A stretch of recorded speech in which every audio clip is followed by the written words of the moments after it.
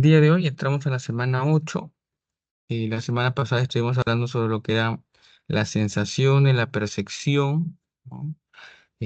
Hace 15 días estuvimos hablando lo que era educación sexual, ¿no? Y ya en estas etapas estamos hablando de todo lo que son los procesos cognitivos, ¿no? Sensación, percepción, y el día de hoy entramos a lo que es atención y memoria. Un proceso sumamente relevante, ¿no? Y en la etapa en la cual se encuentran ustedes preparándose para la universidad, este proceso cognitivo es sumamente importante porque necesitamos fijar una atención en algo que ya nos hemos planificado y en el momento del examen necesitamos también hacer uso de este proceso llamado memoria. ¿Cómo recuerdo? Hay gente que hay preguntas que dice, esta pregunta me parece similar a una que resolví hace 2 años. Y entonces hacen uso de esa capacidad para poder recordar cómo resolvieron, de qué manera lo hicieron, cuáles fueron los resultados. Eso es lo que vamos a ver el día de hoy, ¿no? Entonces, ¿qué temas tenemos para el día de hoy? La memoria. Somos lo que recordamos. Entonces, desde contenido vamos a hablar sobre la atención, su definición y los tipos de atención. Vamos a hablar sobre la memoria, su definición, sus etapas, su enfoque modélico, los tipos de memoria, los procesos de control, el olvido y los trastornos de la memoria, ¿no? ¿Qué pasa cuando existe alguna alteración? Específicamente hay una edad donde las personas ya empiezan a olvidar. Vamos a analizar eso en su momento. Atención, ¿qué es la atención?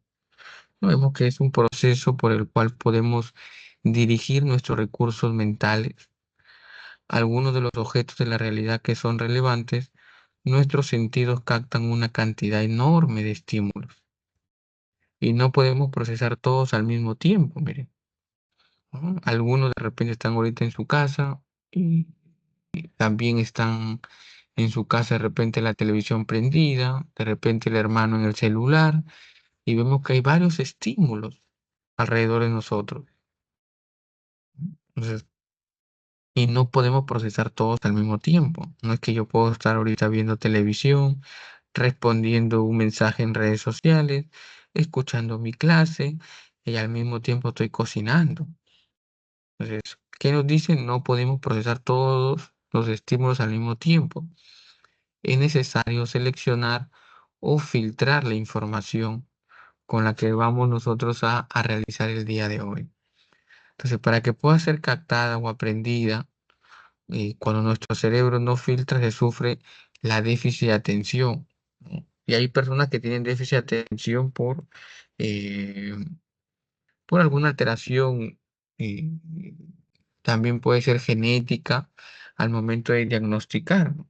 Hay diagnósticos que le llaman trastornos déficit de atención. Entonces, y algunos todavía tienen déficit de atención e hiperactividad, ¿no? TDAH. Pero aquellas personas que tienen este trastorno, con terapias y con ejercicios, le enseñan, le enseñan a poder prestar su atención en una actividad, ¿no? Como anécdota, le cuento en un colegio, había un estudiante que le entregaban su examen, 20 preguntas, y no resolvía ninguna. Pero su madre decía que su hijo era bien inteligente, que su hijo sí sabía hacer las actividades. Y cuando fue a terapia, dijeron que por favor la profesora le entregue una pregunta, una vez que resuelve una pregunta, le entregue la otra pregunta y así sucesivamente. Y funcionó. El niño, cada vez que le entregaban una pregunta, terminaba, le devolvía a la profesora le entregaba otra pregunta. Porque si le daban las 20 preguntas, el niño no sabía por cuál de las 20 empezar y se distraía. Un niño diagnosticado con déficit de atención. Sin embargo, uno que no tiene déficit de atención o no ha sido diagnosticado puede seleccionar y filtrar, ¿no? Con qué pregunta yo quiero iniciar y de esta manera poder ser captada.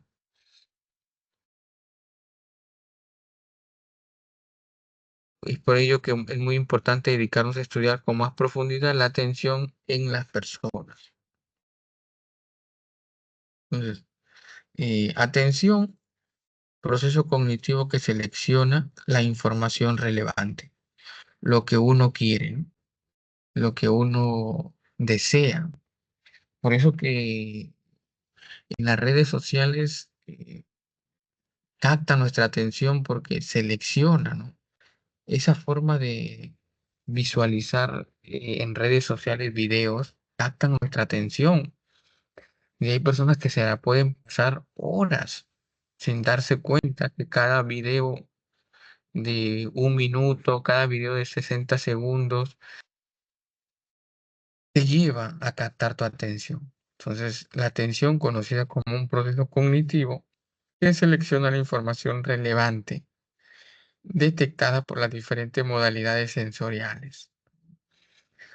También actúa como un proceso de filtraje, así como un mecanismo de control. Como proceso de filtraje, la atención garantiza un procesamiento perceptivo, ¿no? Adecuado de los estímulos físicos más relevantes captados por nuestros sistemas sensoriales. Como mecanismo de control cognitivo, la atención activa al sujeto ante unas situaciones novedosas y cambiantes. Entonces, yo hago el filtraje cuando veo que algo me llama la atención. Actúo como un filtraje, garantizo mi atención hacia un estímulo que para mí es relevante. Y en este caso, la atención activa alguna situación novedosa. Si es novedosa, lo observo, lo miro y esto me lleva a prestar toda mi atención hacia ese estímulo. Tipos de atención. Mm, Tengo aquellos tipos según el interés del sujeto, ¿no?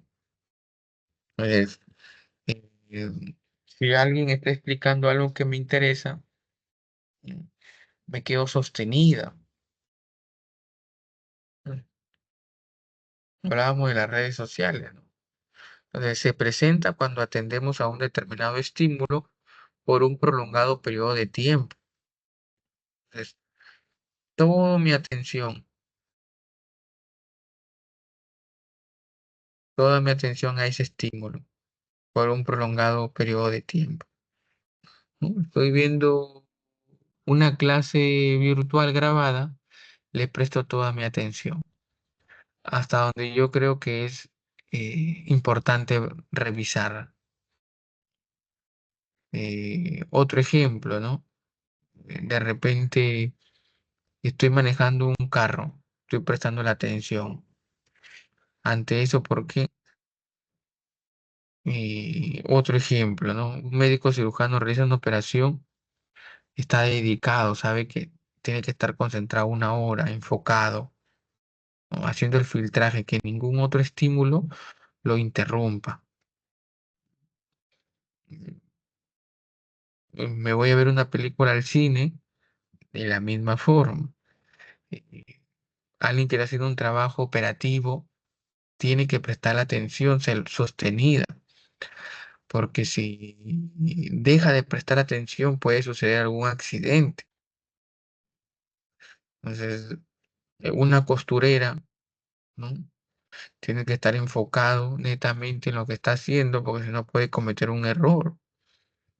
Un mecánico, alguien manejando una bicicleta, tiene que prestar la atención necesaria a lo que está realizando, una atención sostenida.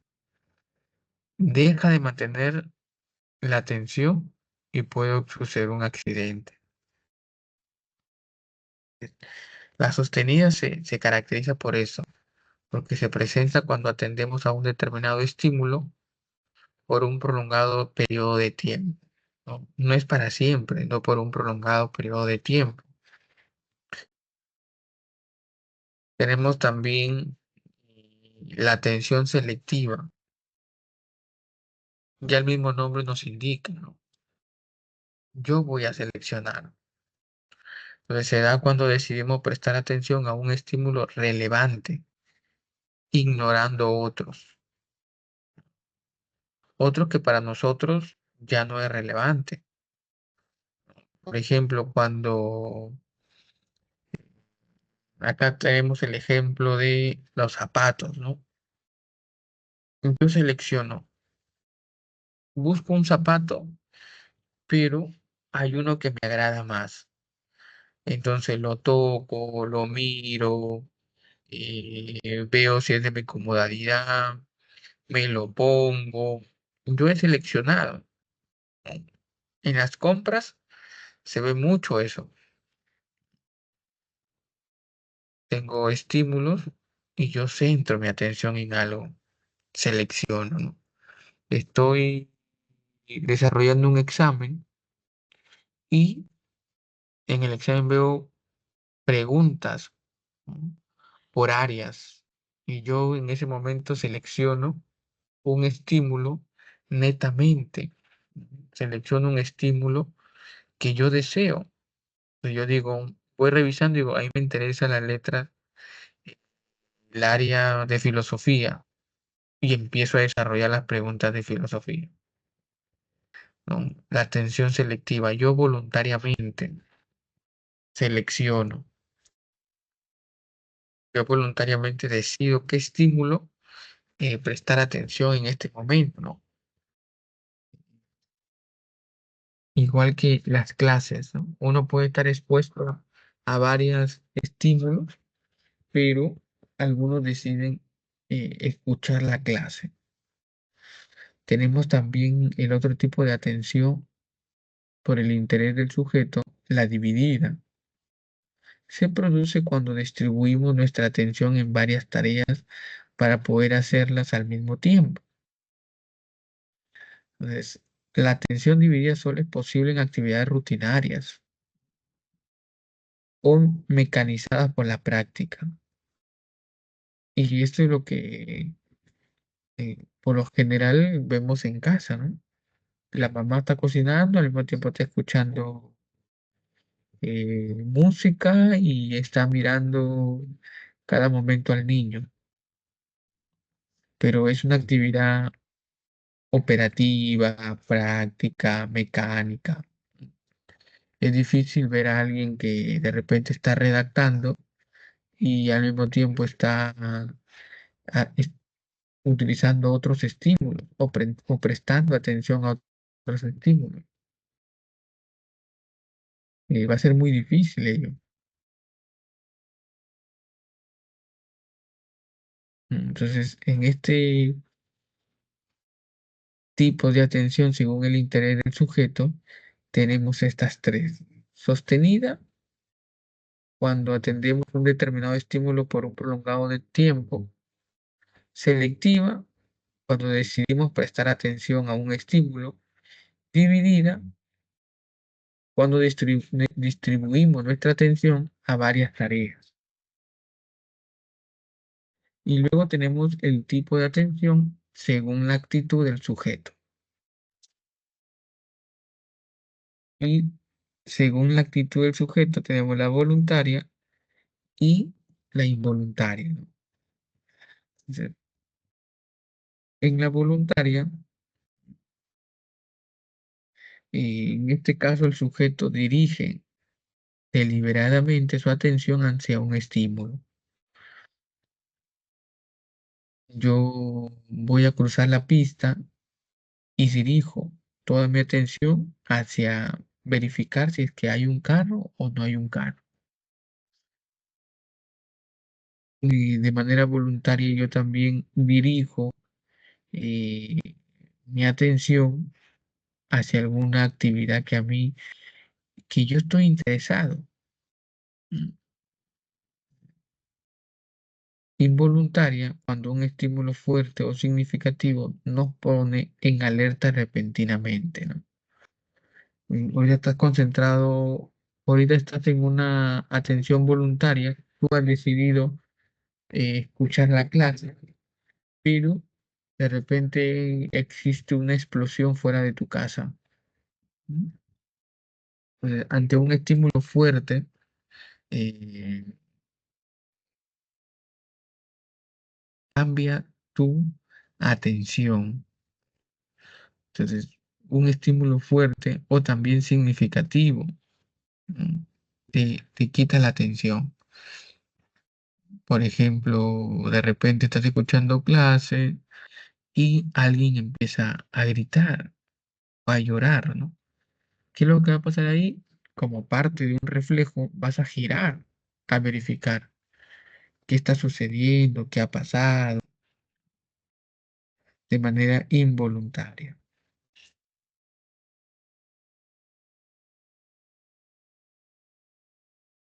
Tenemos también la clase de atenciones. Que dentro del modelo clínico de la atención de los autores, podemos incluir la atención alternante, ¿no? Y es la capacidad que permite cambiar el foco de atención entre tareas que implican requerimiento cognitivo, controlando qué información es procesada por cada momento. Algunos dicen, por ejemplo, leer una receta primero, luego se prepara la comida y posteriormente volvemos al recetario, ¿no? Alternante. Voy verificando, voy viendo, voy comparando, de alternar. Y se diferencia de la atención dividida porque esta se da cuando prestamos atención a dos o más estímulos al mismo tiempo. En cambio, en la atención alternante se da cuando cambiamos. Cuando estamos haciendo una cosa, hacemos otra y luego regresamos. Pero la dividida sí constantemente está prestando atención a los estímulos. Y tenemos la alternante. Voy mirando, voy preparando la receta, vuelvo otra vez a mirar la receta, giro otra vez y voy realizando, ¿no?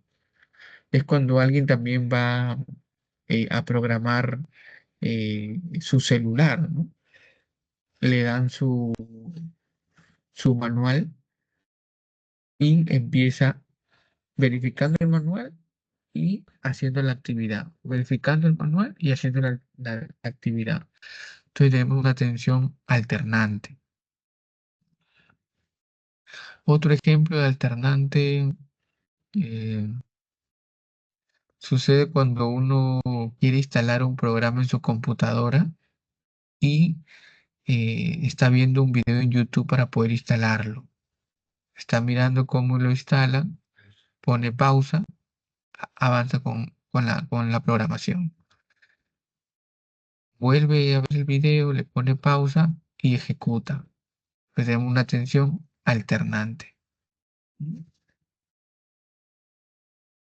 Y entramos a otro proceso cognitivo,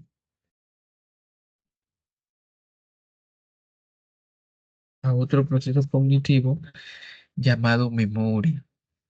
Relevante para usted estos dos procesos de atención. La memoria es el proceso cognitivo que permite registrar, almacenar y recuperar la información y las experiencias vividas. Entonces, las teorías cognitivas del proceso del procesamiento de información explican la memoria como un proceso cognitivo de tres etapas. Entonces, y esas tres etapas, de manera metafórica, lo relacionamos con el área de las computadoras. Entonces, las etapas de la memoria tenemos el registro, el almacenamiento y la recuperación. En el registro es una etapa de codificación, donde la información sensorial se transforma en una representación mental para que pueda ser retenida. Entonces, yo trato de ver de que los estímulos que están alrededor mío, cómo yo los puedo codificar, ¿Cómo yo lo puedo transformar como una representación mental? ¿Cómo hago yo de que lo que estoy estudiando pueda quedar almacenado en mi memoria? Para que en el momento que yo quiera hacer uso de esa información regrese, se pueda recuperar. Hago el registro. Similar con una computadora, ¿no? En una computadora tengo un archivo y el archivo yo lo tengo que codificar, le pongo un nombre y lo guardo. Ya le pongo un registro. Una vez que ya le he colocado un nombre al archivo, lo he codificado, paso a la siguiente etapa, que es el almacenamiento. Consiste en la retención de la información para que pueda ser utilizada posteriormente. Con el archivo, guardo el archivo y veo dónde lo almaceno. Acá tengo una carpeta que dice Centro Pre. Guardo mi archivo. Dentro de esa carpeta Centro Pre tengo las carpetas de los cursos. Tengo un curso que se llama Psicología.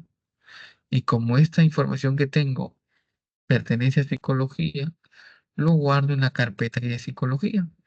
Para el día que yo necesite esa información, yo diga, tengo un archivo con esta información. Y este archivo se encuentra en la carpeta matriz llamada Centro Pre. Luego me dirijo a la carpeta Psicología. Luego me dirijo a la carpeta de la semana 8 y encuentro el archivo que estoy buscando. Entonces, lo mismo sucede también en nuestro cerebro. Consiste en la retención de la información para que pueda ser utilizada posteriormente.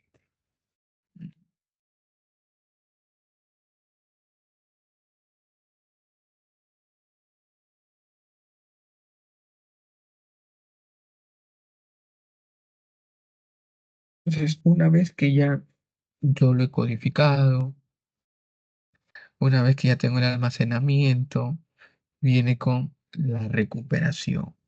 ¿Cómo yo recupero la información? ¿Cómo yo hago que en el momento oportuno aparezca? Que en el momento oportuno yo pueda recordar ello. De repente a algunos de ustedes les ha sucedido que tienen la información, la quieren recuperar, pero no la recuperan al 100%. Hay una recuperación muy baja, muy superficial, y algunos se pelean consigo mismo por no recordar esa información. Pero también es importante eh, que para poder recordar hay que estar en en, hay que estar en un estado de ánimo tranquilo, porque hay ciertos procesos cognitivos que se bloquean por una actitud ansiosa. Entonces, en ese momento yo me encuentro desarrollando un examen, pero eh, siento que mi cuerpo está entrando en angustia, siento que me estoy desesperando, hay una actitud ansiosa y eso hace que me bloquee. Entonces, cuando yo quiero recordar algo, no puedo. Y al no poder, este nivel de ansiedad más se manifiesta. Entonces, ese también son unas causas que bloquean a no poder recordar. Entonces, y cuando hablamos de recuperación, ¿no? Es traer la información almacenada. Puede darse por dos formas. Recordar, es decir, búsqueda en el almacén de información de aquel dato que necesitamos. Reconocer, darnos cuenta de que un estímulo percibido en el momento ya lo percibimos en el pasado. Reconocer, uy, esto ya lo viví. Esta película ya la vi, ¿no? Ya empiezas a reconocer que hay ciertos estímulos que ya tú has percibido.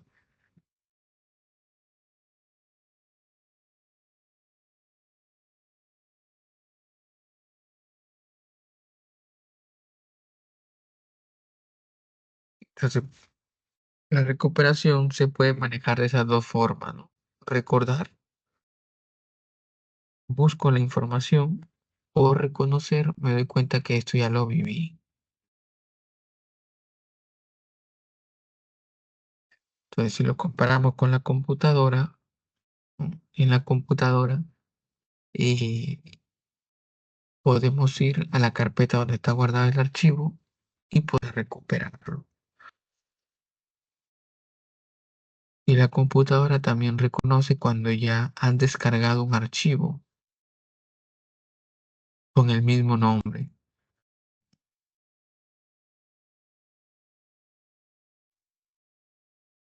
Tenemos el enfoque modélico.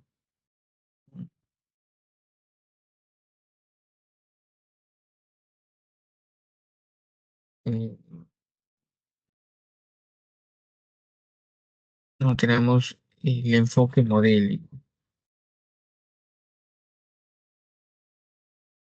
Desde el enfoque modélico, nosotros podemos eh, verificar, ¿no? Que existe este modelo que explica la memoria como un sistema multialmacén. Este supone que la información externa es procesada primero en paralelo por una serie de registros sensoriales. Entonces, inicia primero por estímulos sensoriales. Los registramos. Entonces, muy breves que transmiten dicha información a un almacén corto. Registramos sensorialmente, lo enviamos a un almacén de corto plazo. Este almacén de corto plazo es de una capacidad muy limitada, es decir, la información se puede perder. Pues, esta información a corto plazo se encarga de codificar, almacenar y recuperar la información de el largo plazo. Sin embargo, hay información que va directamente de los registros sensoriales a largo plazo, sin pasar por el almacén de corto plazo.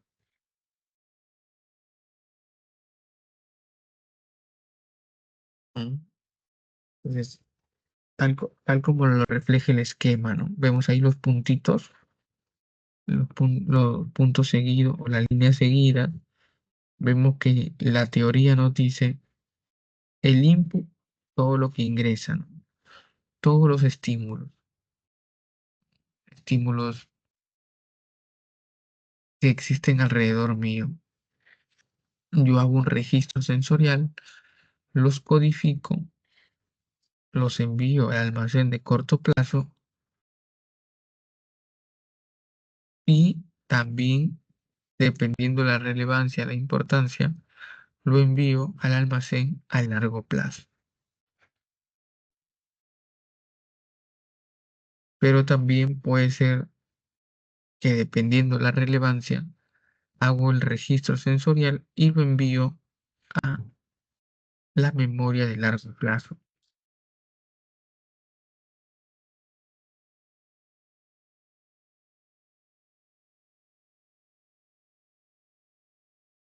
Tenemos los tipos de memoria, la memoria sensorial, la memoria a corto plazo y a la memoria de largo plazo.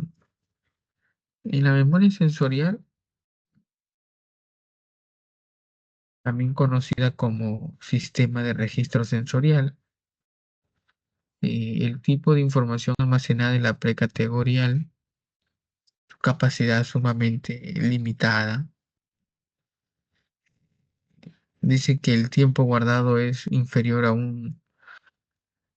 un segundo. La memoria sensorial, dentro de sus funciones, tenemos que registra, almacena, eh, tal como llega de los receptores, pero por solo un instante. Luego dicha información será olvidada o se enviará a la memoria a corto plazo. Si en el momento en que se registra la memoria o que se registra la información se presenta algún estímulo que interrumpa, es muy probable que se pierda esa información. Por eso que hay gente que está conversando y existe una interferencia y se pierde, ¿no? ¿De qué estábamos hablando? ¿Qué te estaba diciendo? Entonces, ha habido un estímulo fuerte que ha cortado la codificación de la información. ¿No?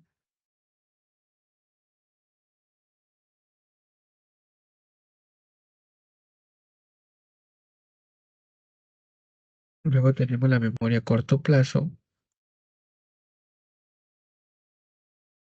también conocida como memoria de trabajo, también conocida como la memoria operativa, también conocida como la memoria primaria o la memoria inmediata. Estos son los nombres que suelen llamarse a la memoria a corto plazo.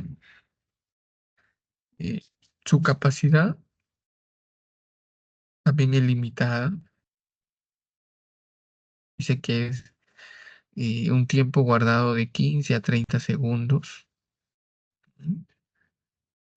¿Y cuál es su función de la memoria a corto plazo? Retener, ¿no? Retener información de manera breve y simultánea para operar en ella. Relaciona varias unidades de información para dar sentido y luego que ya yo le he dado sentido a esta información y esta información me parece relevante, poder enviarlo a la memoria a largo plazo, favoreciendo la ejecución de las operaciones intelectuales. Pues, miren el trabajo que hace la memoria a corto plazo. ¿Mm? Almacena, retiene y si es relevante, envía a largo plazo.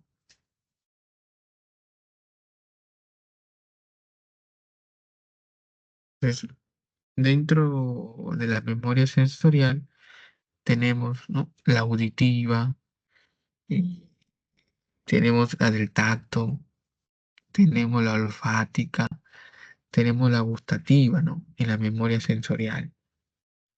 Entonces,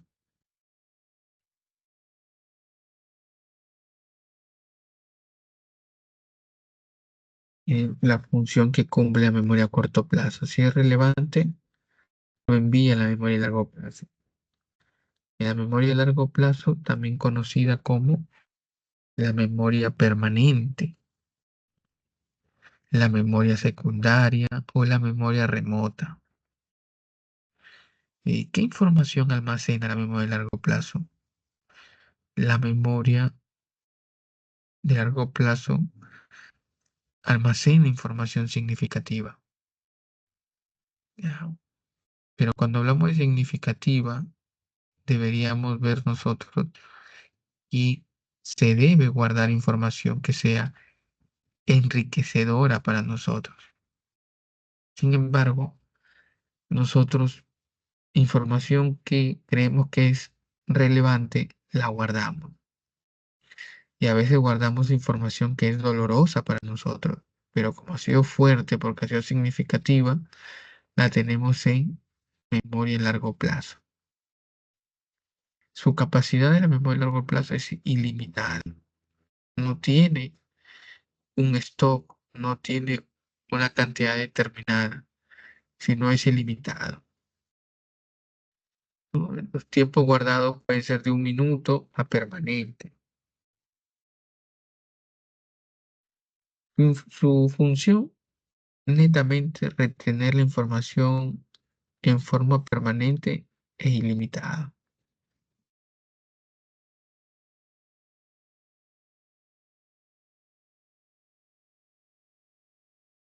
tipos de memoria a largo plazo. Tenemos la declarativa, ¿m? Y tenemos la implícita. Dentro de la declarativa, ¿m? Tenemos nosotros la declarativa, que su declarativa, también conocida como explícita, su función, tenemos retener la información y experiencias que pueden ser expresadas en palabras. Y esta declarativa se divide en dos, ¿m? En semántica y episódica.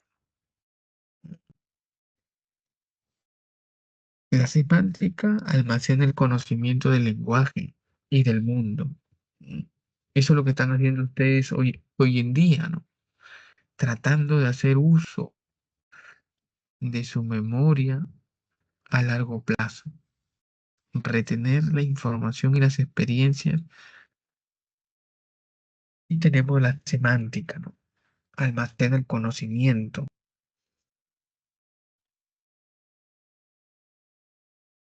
Acá se almacenan las fórmulas matemáticas, las historias, los conceptos, independientemente de la circunstancia y el contexto en la que adquirió dicho aprendizaje. La mayoría está en esta, haciendo uso de esta memoria semántica, almacenar el conocimiento del lenguaje. Y también tenemos dentro de la declarativa la episódica. Ya tenemos el nombre, episódica, que tiene que ver con vivencias. Le permite a la persona recordar eventos. Alguien se va de paseo y decide recordar qué pasó en ese paseo, qué pasó en ese tour, y trata de vivirlo y trata de recordar todo ello.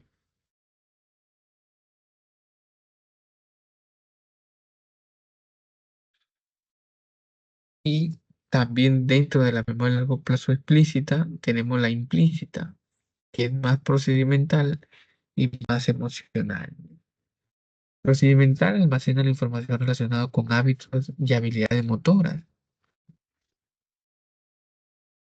Alguien que aprendió a manejar bicicleta dice, ya tengo 10 años que no manejo bicicleta. A ver, voy a recordar cómo era y aparece la memoria procedimental. Personas que han manejado auto y luego han dejado de manejarlo, al momento de sentarse, empiezan a recordar cómo hago para salir en primera, cómo hago para frenar, cómo hago para girar, cómo hago para prender las luces de retrovisor, cómo hago para que gire esto, procedimental. Y también tenemos la memoria emocional, miren, almaceno respuestas emocionales aprendidas. Entonces, de repente ustedes al momento de ingresar a la universidad, eh, nunca le van a olvidar ese momento. ¿Quién estuvo? ¿Dónde estuviste? ¿Cómo te sentías previamente? ¿Cómo te enteraste? ¿Cómo llegaste a tener esa información? Eh, Todo ello se encuentra en esta memoria eh, emocional, tipo de memoria.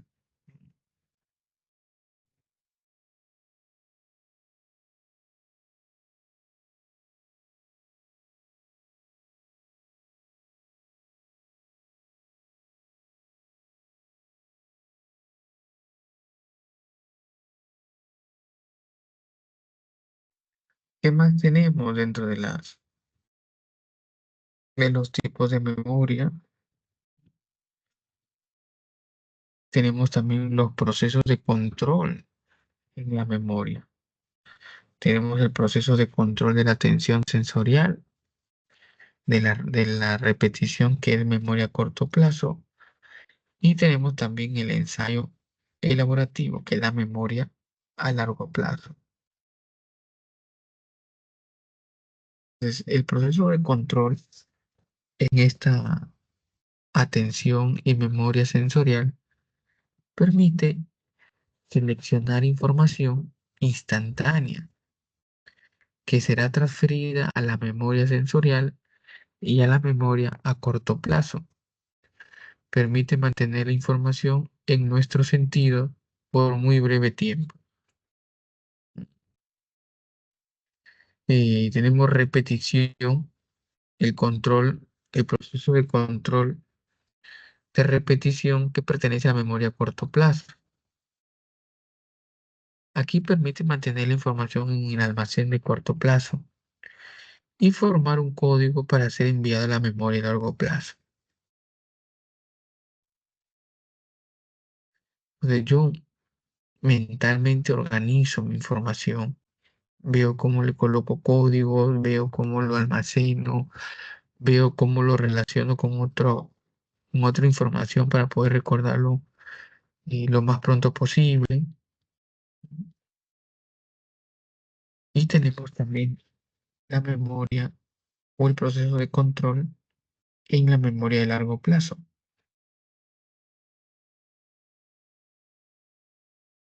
Entonces, aquí, ya haciendo uso de la memoria de largo plazo, permite transferir la información del almacén de corto plazo al almacén de largo plazo.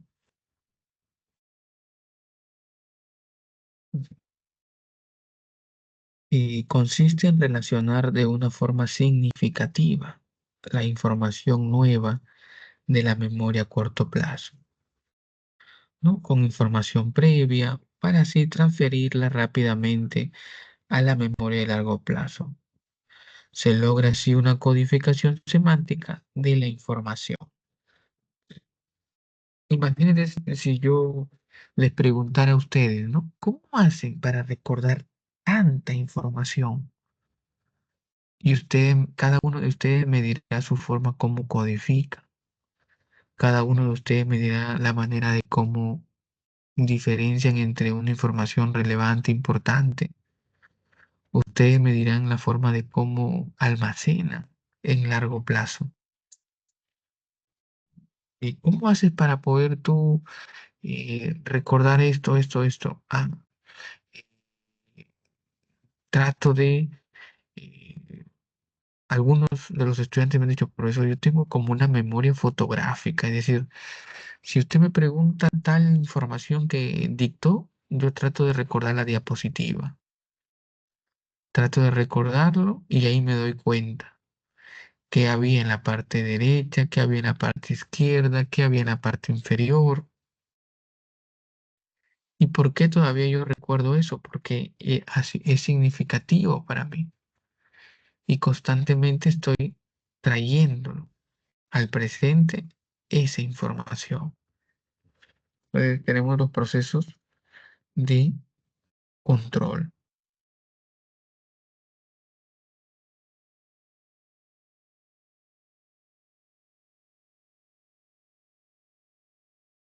Y así como tenemos el proceso de control, también tenemos algo que en la etapa en la cual nos encontramos, en la etapa académica, nos genera inconformidad, nos genera de repente molestia, que aparezca el olvido, ¿no? Y las causas, ¿no? Entonces, olvido algo porque ya no uso esa información y, y eso les va a pasar a ustedes también en una etapa cuando ya ustedes estén terminando su carrera, va a haber información del centro pre que ya no les va a ser relevante. Entonces, y a ello se le llama el decaimiento de la huella. Pero,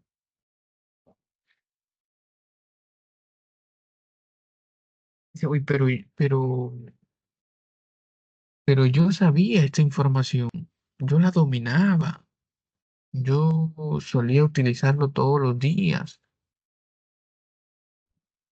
pero como no la utilizo, olvido por no usar la información. ¿Por qué más me olvido? ¿Cuál sería otra causa? Falla en la recuperación. Cuando quiero recuperar información, recupero otra información, otros criterios. Causa del olvido, las interferencias, ¿no? Una información impide el recuerdo de otra información. Entonces,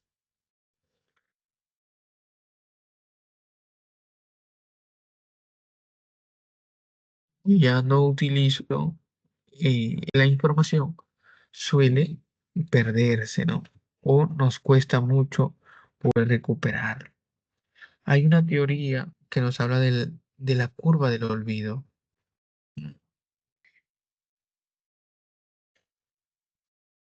Entonces, vemos que el olvido puede producirse en cualquier etapa de la memoria,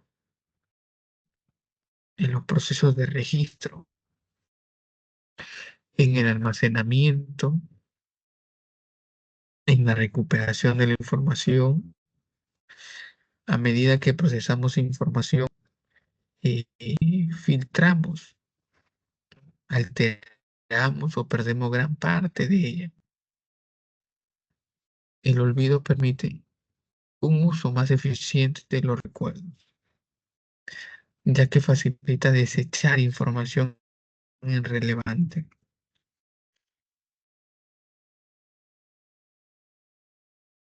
Existen diferentes teorías que explican las causas del olvido.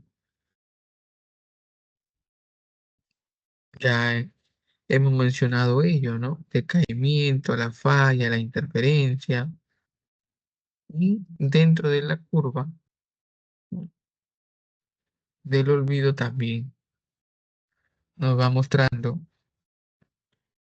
que eh,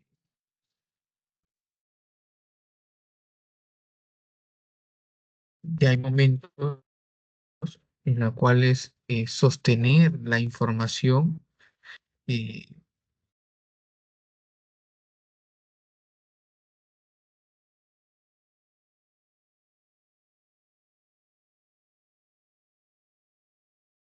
algunos pueden almacenar información durante las 9 primeras horas que están aprendiendo un tema.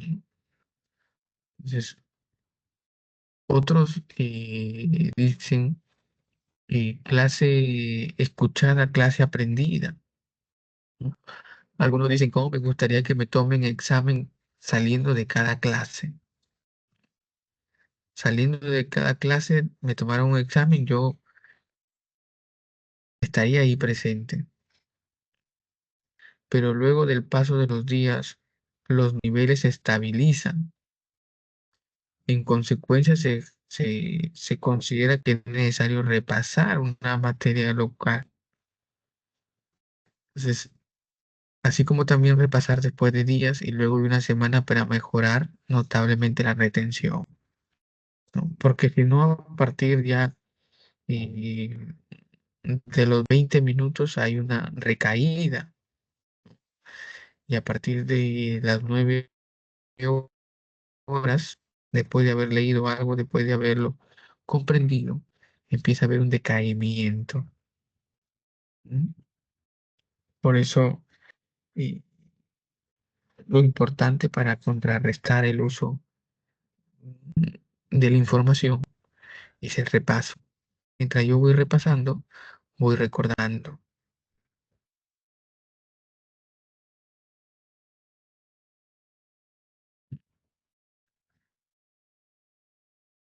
Y tenemos los trastornos de la memoria. Tenemos los trastornos de la memoria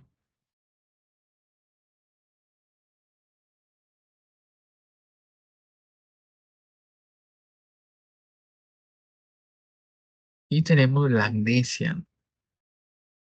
La amnesia es un trastorno de pérdida de la memoria. La amnesia puede ser global, es decir, pierdo todo, pero también la amnesia puede ser parcial. En esta última, la persona recuerda todo, ¿no? Cuando es parcial, puede recordar todo menos un intervalo de tiempo, como un acontecimiento determinado. Y de repente ustedes cuando van a visitar a un abuelo o van a visitar a una persona adulto mayor, eh, por lo general suele contarte cosas de su niñez, de su adolescencia. Pero si tú le preguntas al adulto mayor sobre algo que pasó hace 1 hora, 2 horas, ya no recuerda, pero sí recuerda a detalle eh, acontecimientos determinados que han sido relevantes para él. La pérdida del recuerdo puede deberse a causas orgánicas también. Un daño cerebral, una caída, un golpe, un deterioro de neuronas. Eso puede llevar a que la persona pueda, pueda tener una pérdida de memoria. Y para ello es importante visitar al neurólogo. También la pérdida de memoria puede ser por no causa orgánica, pero sí una causa funcional. Y a la funcional ya le llamamos psicológica. ¿Puede tener sus motivos? Sí. Algunos motivos que se pueden dar, por ejemplo, hay personas que quieren recordar algo, pero ha sido tan chocante, ¿no? Y se ha quedado bloqueado esa información, ¿no? Lo que se busca ahí es exactamente ir a terapia para poder trabajar con esa memoria y poder recordar, ¿no? Personas que vienen de una guerra, personas que vienen de un atentado, personas que de repente sucedió un evento sumamente estresante, pero no se han olvidado todo. Han olvidado todo en temas, en cuestiones de su memoria. ¿Ha habido causas? Sí, han habido causas de lo que ha sucedido. Ahí tenemos lo que es la causa de la pérdida de la información orgánica por un daño cerebral y funcional por algo que marcó psicológicamente. Entonces, la amnesia más común y representada consiste, ¿no? En aquella persona que de repente se golpea la cabeza, es incapaz de recordar. A ese tipo también se le conoce como la amnesia retrógrada, donde se pierde la memoria de los incidentes anteriores al suceso de la lesión cerebral. Entonces, ustedes lo habrán visto en películas, ¿no?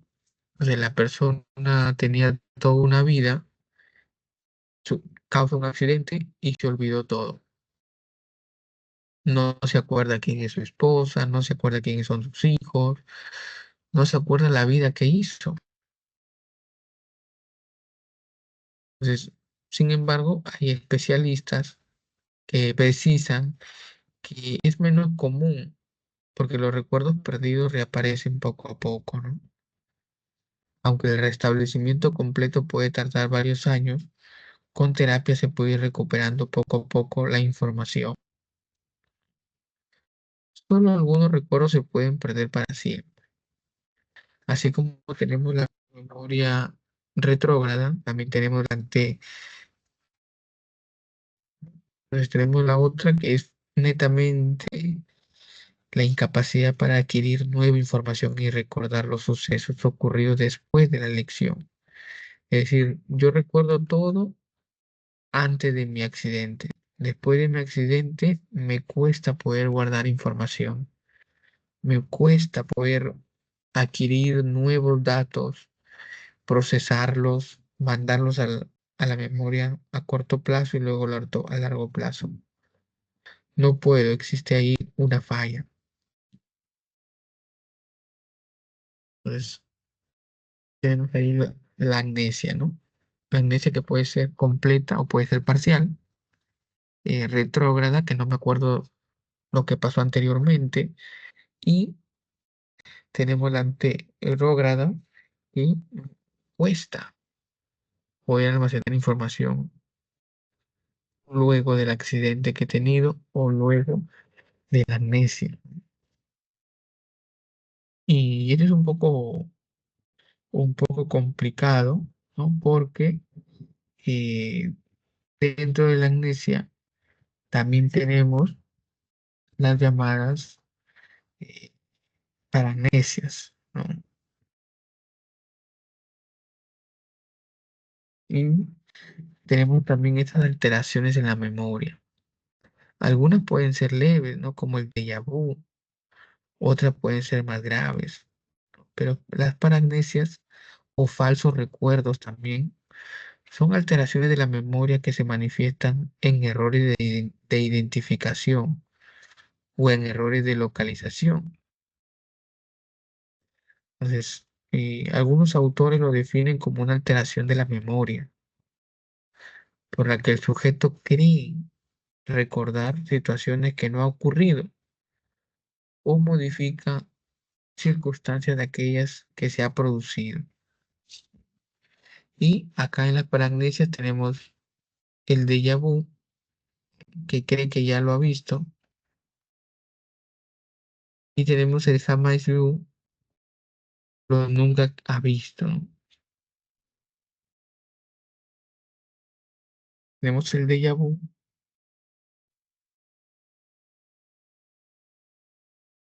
que se produce cuando se reconoce un hecho como si se hubiese experimentado anteriormente. A pesar de que es una situación que objetivamente es nueva, por ejemplo, ¿no? Alguien está caminando por una calle y cree que ya lo vivió, cree que ya lo vivió, y todavía dice, mira, por acá va a aparecer una chica de polo rojo, y aparece la chica de polo rojo y no lo puede creer, entonces cree que lo ha experimentado anteriormente, ¿no? Dice, no, no sé, creo que lo viví en un sueño, o creo que vengo del futuro, entonces ese fenómeno es una alteración de la memoria, ¿no? Y luego también tenemos el jamais vu, ¿no? El fenómeno jamás lo he visto. Consiste en considerar como novedosas situaciones que habían sido familiares. Por ejemplo, le dicen, uy, ¿recuerdas que en tal temporada fuimos a tal lugar? No, no, de verdad que para mí es nuevo este lugar. Sí, tú estuviste acá cuando eras pequeño, hace 20, 30 años. De verdad que no, me parece nuevo. O salvo que lo hayan cambiado de repente. Pero esta plazuela no me parece haberla visto. Creo que la han construido recién, ¿no? Si esta plazuela ya la han construido hace 20 años. Entonces tenemos ahí estas dos paramnesias. El déjà vu y el jamais vu, ¿no?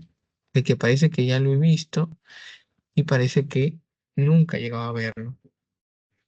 Y tenemos también trastorno de la memoria, el Alzheimer, enfermedad neurodegenerativa. El Alzheimer,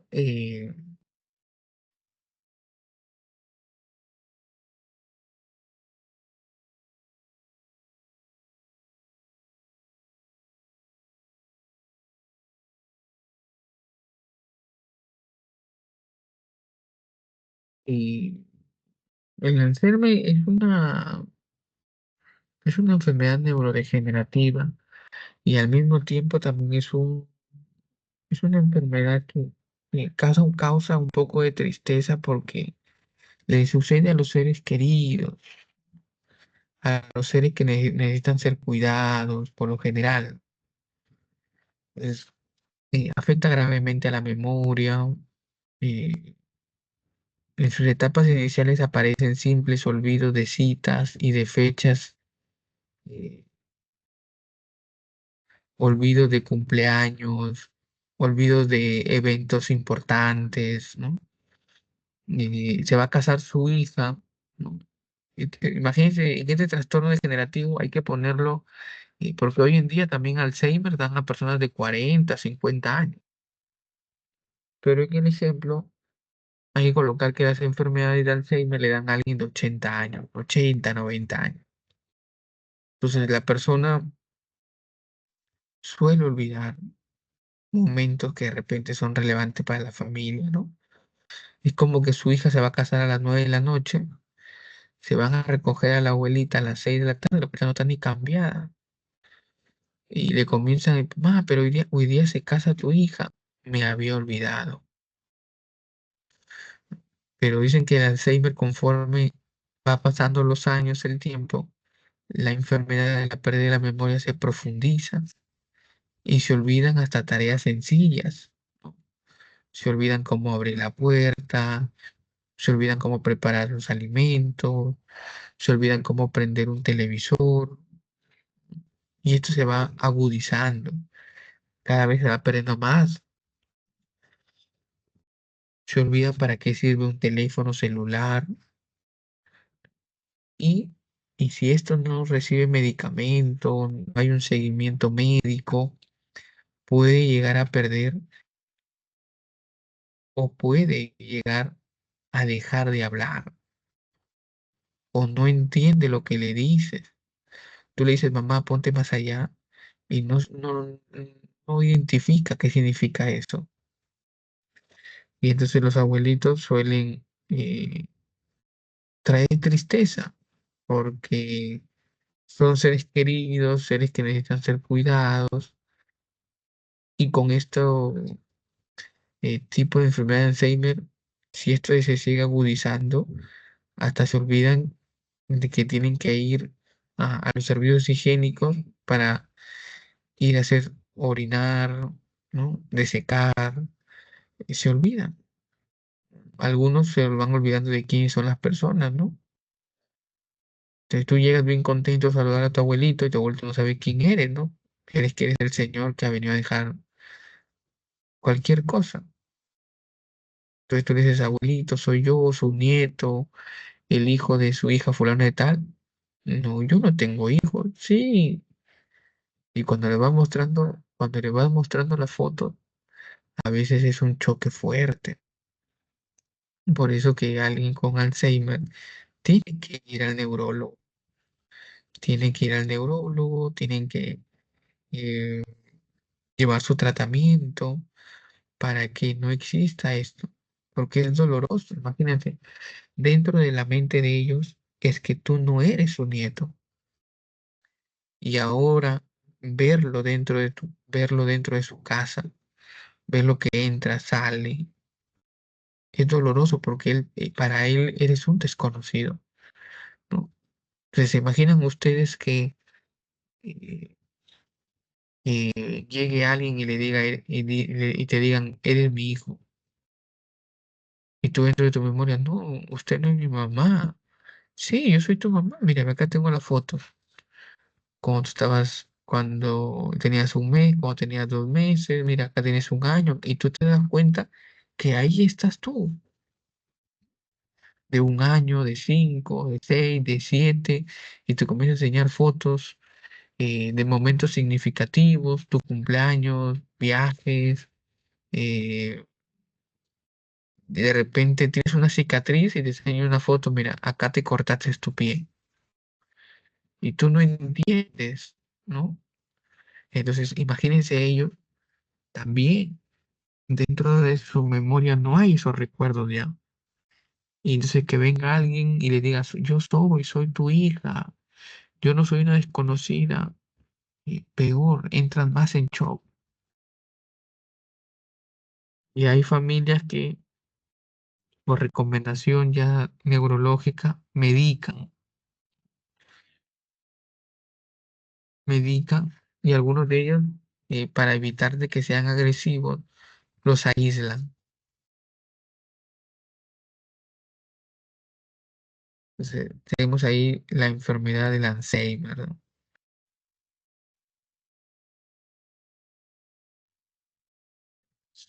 Es una enfermedad que te lleva a la reflexión por todo lo que puede suceder, olvidarse de tareas sencillas, olvidarse que tiene que pagar, por ejemplo, ¿no? Mamá, por favor, pagas la llave del gas. O mamá, no te olvides que en 10 minutos apagas la cocina. Entonces llega la hija después de media hora y ya desapareció toda la comida, ¿no? Mamá, pero, uy, me olvidé, hija. Entonces hay gente que está haciendo alguna cosa y se olvida.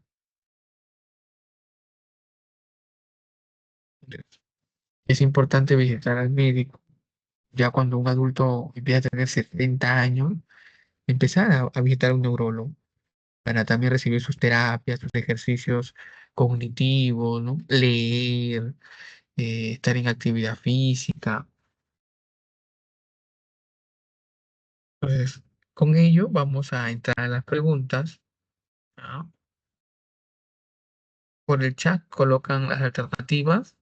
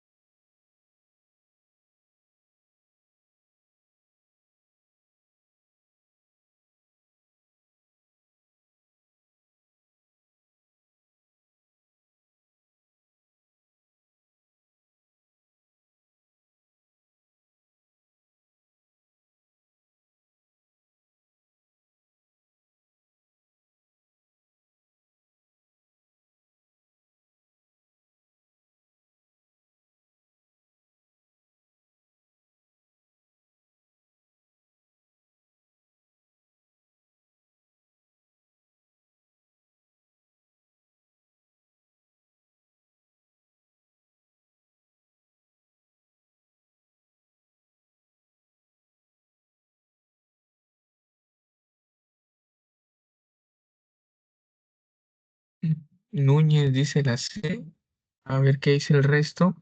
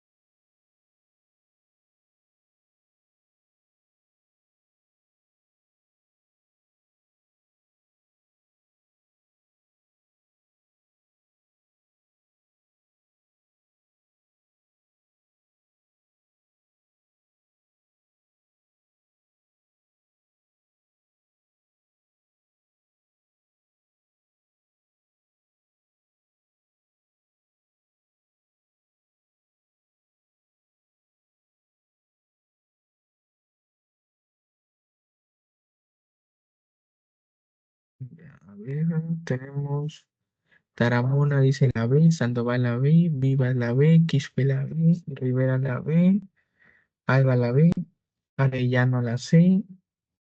Ya, a ver, vamos a ver cuál es la respuesta correcta, ¿no? Algunos dicen la B, otros dicen la C. Ya. Dice la memoria explícita es de dos tipos, semántica y episódica.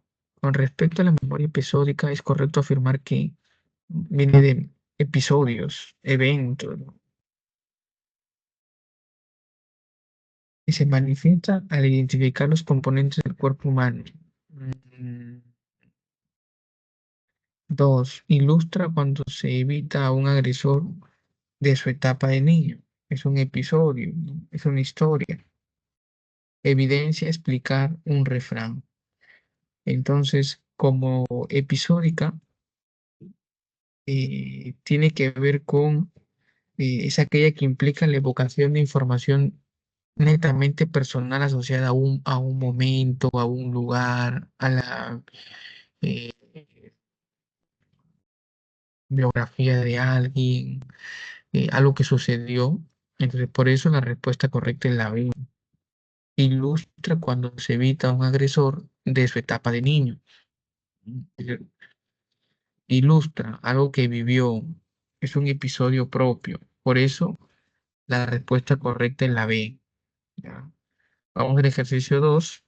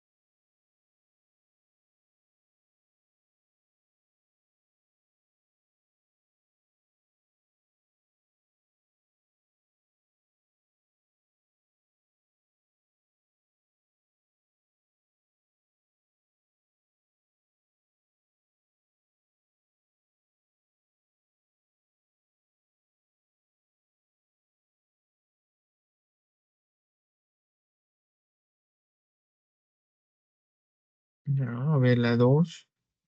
Acá tenemos que la B, la B, la B. No, creo que la mayoría está de acuerdo que la 2 es la B. Vamos a ver qué nos dice la B. La B de la 2.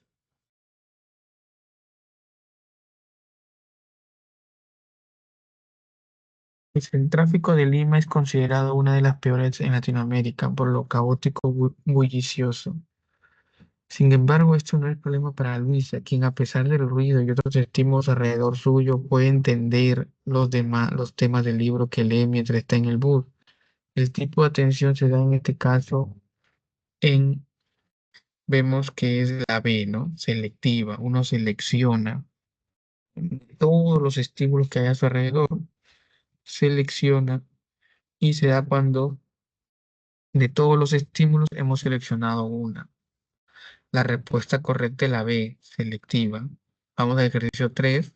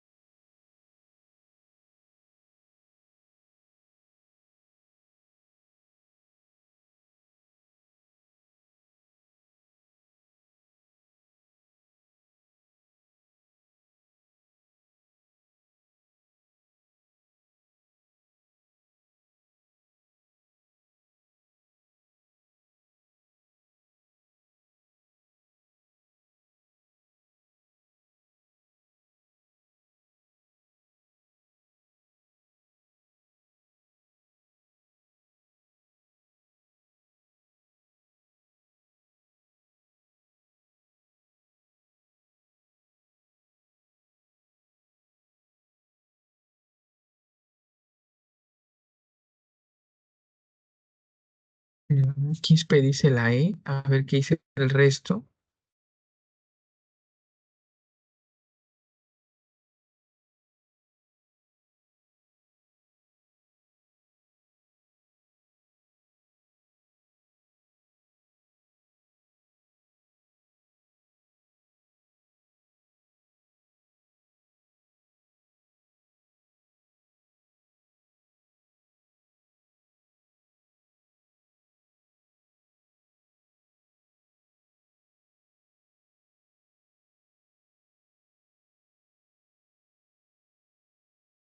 Ya, Teresa también dice la E. A ver, ah, Ángel dice la C. Ya tenemos dos, C y E. ¿Alguien más que crea que es otra alternativa?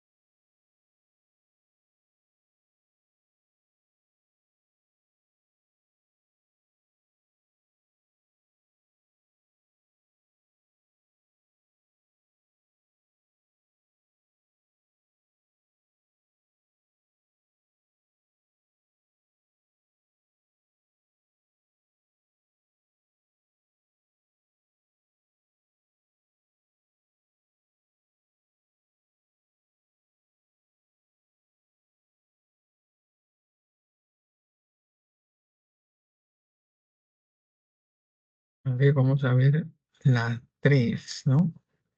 La memoria es un proceso cognitivo que no se reduce al almacenamiento de información. También implica su adquisición y recuperación. Respecto a la memoria de largo plazo, es correcto afirmar lo siguiente. Es un tipo de memoria que registra exclusivamente información reciente de naturaleza sensorial. Se evidencia al decidir por un tipo de desplazamiento en una ruta ya recorrida en el pasado. A nivel de almacenamiento requiere la asociación de información nueva con información previamente almacenada. A ver, vamos a ver cuál es la respuesta correcta de la alternativa C. ¿No? A ver, en la pregunta 3, la alternativa correcta es la letra E. ¿Ya? E, en la 13 de la E, solo la 3 dice. ¿Por qué? Porque la memoria a largo plazo es la que puede retener gran cantidad de información en el curso del tiempo y tiene el ensayo elaborativo como su proceso de control. Por lo tanto, la alternativa correcta es la E. Vamos con el ejercicio 4.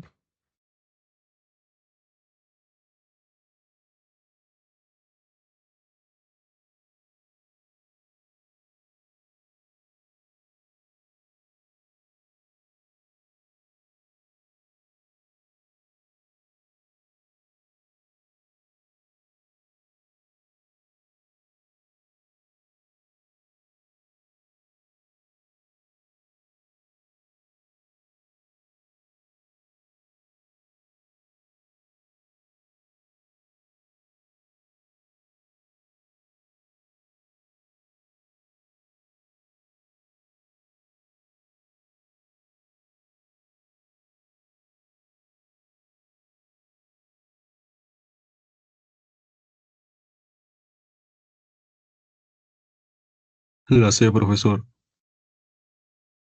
Ya la C dice Ángel Daniel Pita.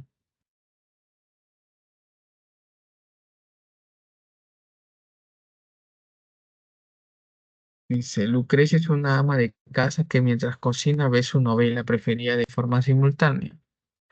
El tipo de atención que se da en este caso es bueno, se está cocinando, está viendo su novela. La alternativa correcta es la C, ¿no? Dividida. Vamos con el ejercicio 5.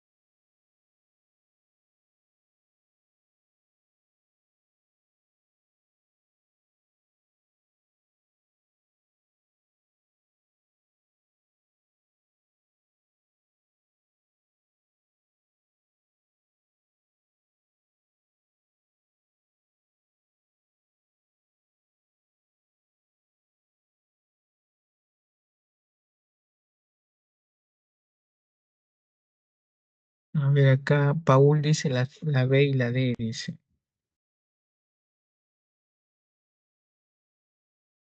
Ejercicio 5.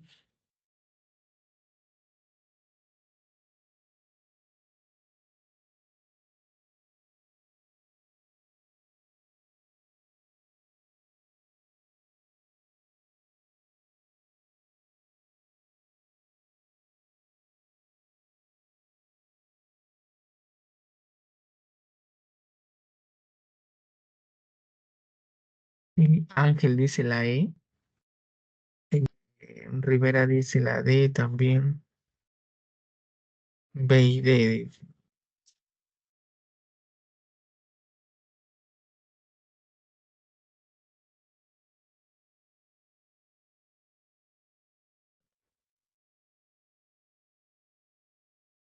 B y D se repite, profesor. Claro, pues se repite. 5, ¿no? Dante presta atención a las clases de historia griega cuando de pronto escucha el grito de una compañera que estaba sentada en la parte de atrás. Al igual que todos sus compañeros, él voltea para observar qué ocurrió. Los tipos de atención expresados en este caso son voluntaria y, e involuntaria, dice.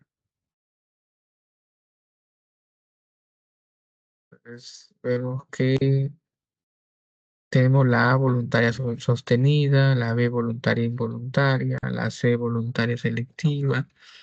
Y en el ejercicio 5 la alternativa correcta tenemos que es la B. La atención voluntaria se da cuando el sujeto dirige deliberadamente su atención hacia el estímulo. La involuntaria es cuando a través de un estímulo tan fuerte, el grito lo pone en alerta. Entonces, como se repite, la B y D, no, la correcta es la alternativa B. ¿No? B o también la D, ¿no? Que se suele repetir. Vamos al ejercicio 6.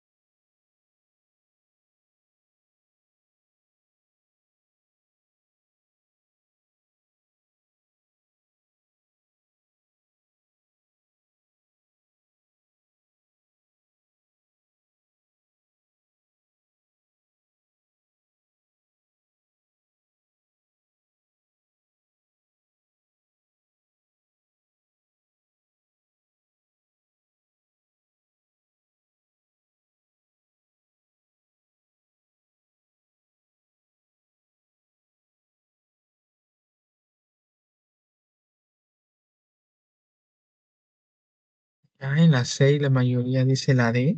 Vamos a ver cuál es la alternativa correcta, ¿no? Son tres las etapas de la memoria. Relaciones según corresponda la etapa con el ejemplo correspondiente.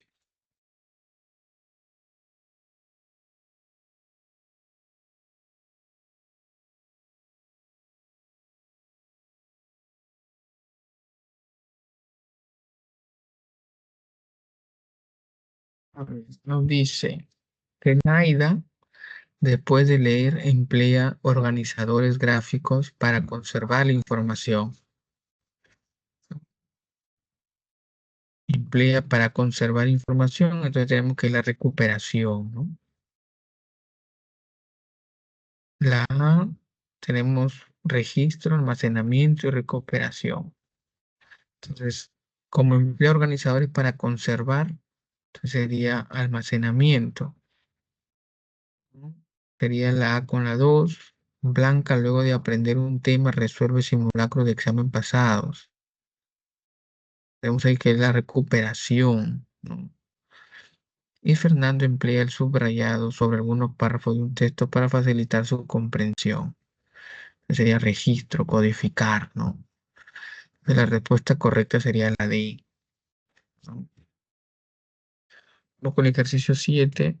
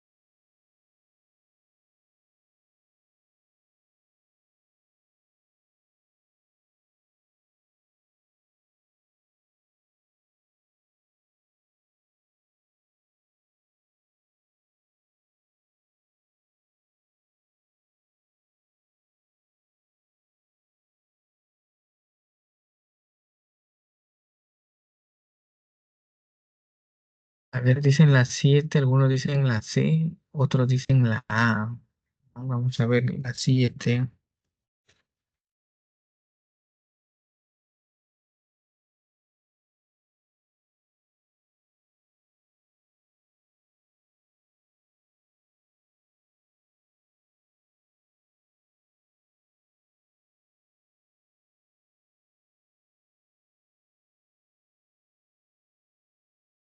Vamos a ver ejercicio 7, ¿no? Ejercicio 7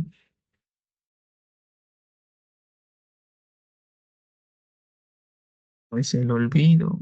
Es un proceso neurofisiológico relacionado con los engramas o conexiones nerviosas relacionadas con la memoria. Con respecto al olvido, es correcto corregir lo siguiente, ¿no? Uno, se evidencia con una técnica de danza nueva dificulta la evocación de una previamente aprendida. Dos, sus efectos se manifiestan solo en los cuadros de demencia o trastorno de memoria.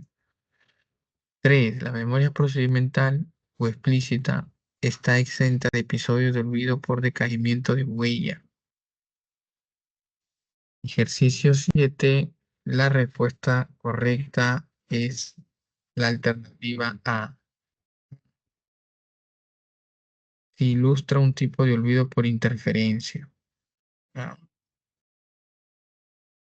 entonces, ejercicio 7, solo la A. ¿No?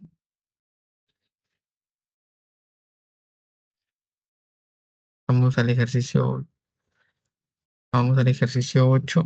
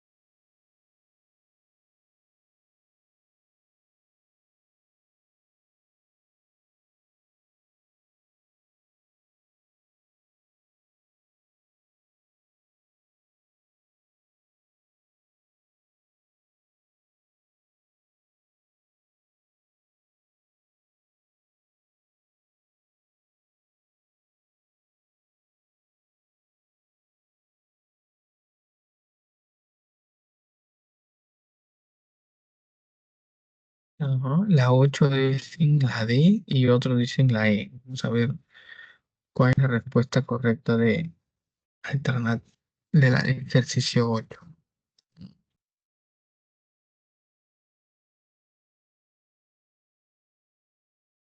Dice, un cuadro de demencia implica un deterioro neurofisiológico de las conexiones nerviosas que asocia con la memoria. Con respecto a la enfermedad de Alzheimer, es correcto afirmar, uno, implica la dificultad para formar nuevos recuerdos. Dos, hay presencia de afecciones anatómicas funcionales en el cerebro. Tres, hay lagunas mentales y periodos prolongados de amnesia. Marque la alternativa correcta. La alternativa correcta es la D. ¿Ya? La 3, la uno, 2 y la 3, ¿no? La alternativa correcta de la 8 es la D, ¿no? La enfermedad de Alzheimer es un tipo de demencia que implica tanto deterioro progresivo de la memoria y también hay presencia, ¿no? Pues la respuesta correcta es la D. Vamos con el ejercicio 9.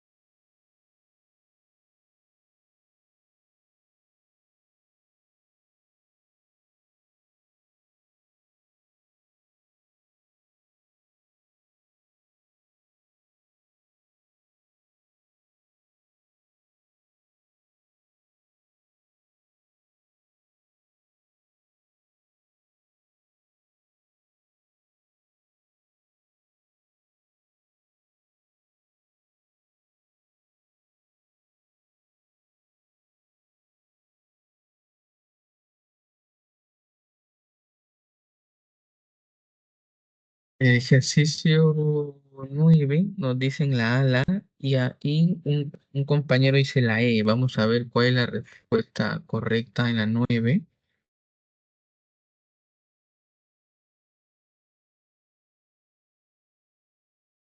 Nos dice Elizabeth Durante su primera clase de economía, escucha la exposición sobre las teorías económicas y va tomando apunte de lo más relevante. El tipo de atención expresado en este caso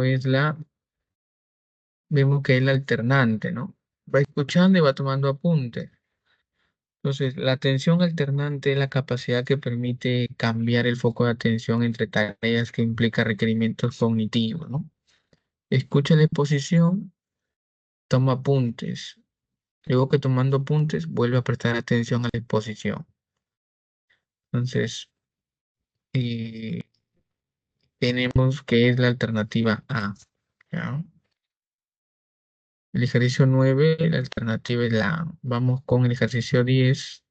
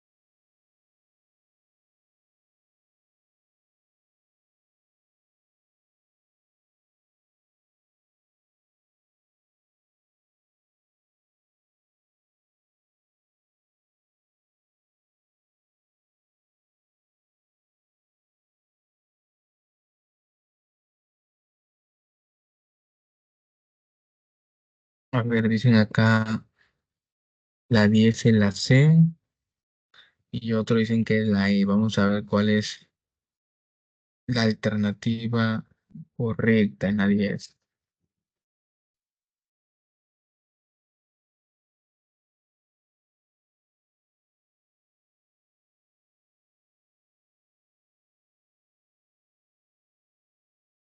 Ahí está, ¿no? Zenón dice, porque la memoria operativa se refiere a la de corto plazo.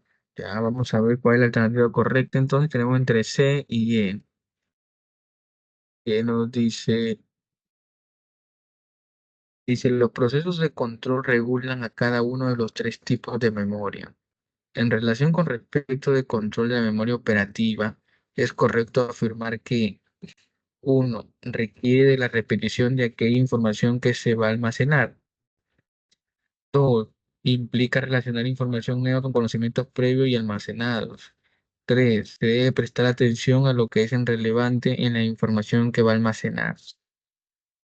Y vemos que La repetición de información en la memoria de corto plazo u operativa permite el uso de la información en la resolución de la tarea, por lo cual la respuesta correcta es la alternativa E, ¿no? Solo la uno, porque requiere la repetición de aquella información que se almacena. Por eso sería, eh, ya, ¿no? Ahí está Zenón, ¿no? La 2 correspondería a largo plazo. ¿Ya? Entonces, estimados estudiantes, nos estamos viendo la próxima semana, ya para la semana 9. Miren cómo han pasado, ya estamos a la mitad del ciclo. ¿Sí? Un abrazo y nos vemos la próxima clase.